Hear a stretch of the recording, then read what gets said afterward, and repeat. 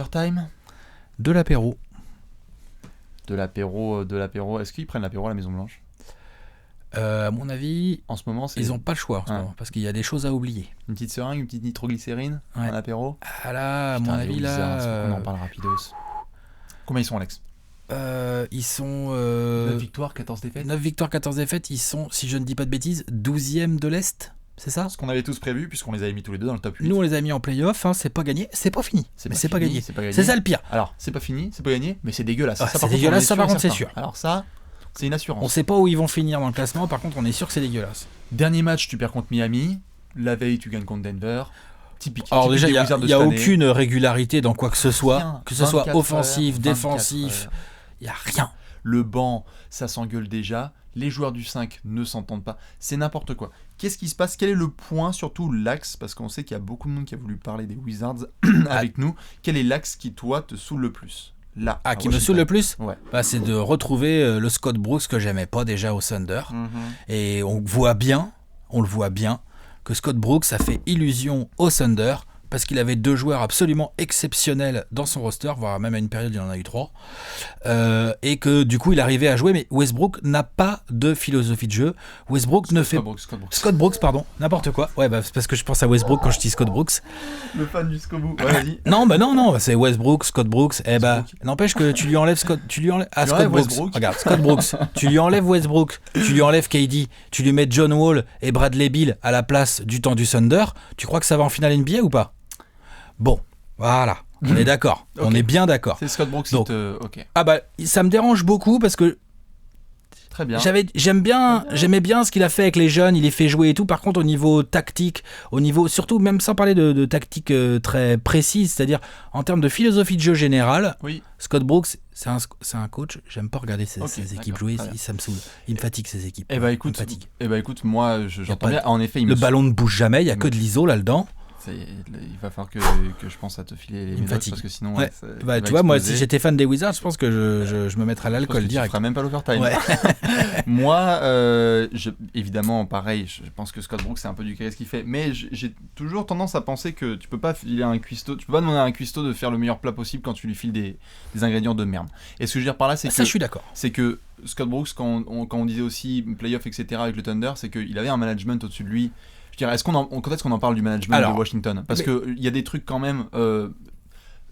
c'est plus possible de pouvoir prendre des mecs... Ils ont fait quoi cet été ? Ils nous prennent Trey Burke, ils nous gardent Marcus Thornton, qui sont des mecs, je sais même pas pourquoi est-ce qu'ils jouent encore en 2017. Mais pourquoi comprends Scott Brooks le met sur le terrain aussi souvent que ça, Marcus Thornton ? Oui, mais qu'est-ce que tu fais à ce moment-là ? Je ne veux pas lui enlever je veux pas lui enlever de poids sur les épaules. Bien évidemment qu'il est responsable de la plupart des merdes qu'il y a, mais ce que je veux dire par là, c'est que prenons en compte aussi le fait que le mec, on lui balance des gars, on lui dit vas-y gros, t'as Markieff Morris et Marcin Gortat dans ta raquette, démerde-toi pour pas prendre 120 points. C'est quoi ces conneries ? Marcin Gortat, il se prend des 15 points, 15 rebonds par toi et moi, on pourrait lui mettre des double-doubles. Tu pourrais mettre un double-double sur Marcin Gortat.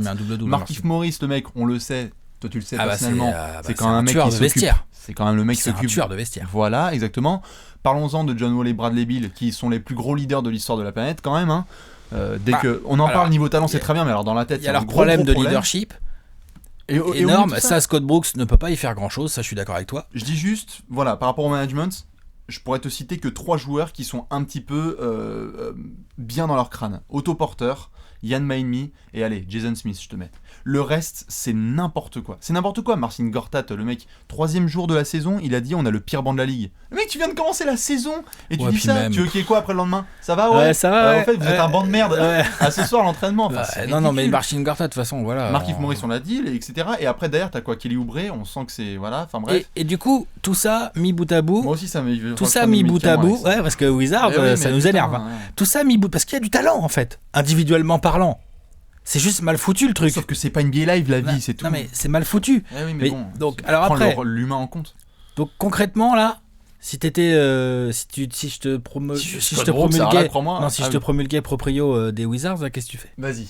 Alors déjà, je te transfère Marcin Gortat direct. C'est pas possible de continuer avec Marcin Gortat.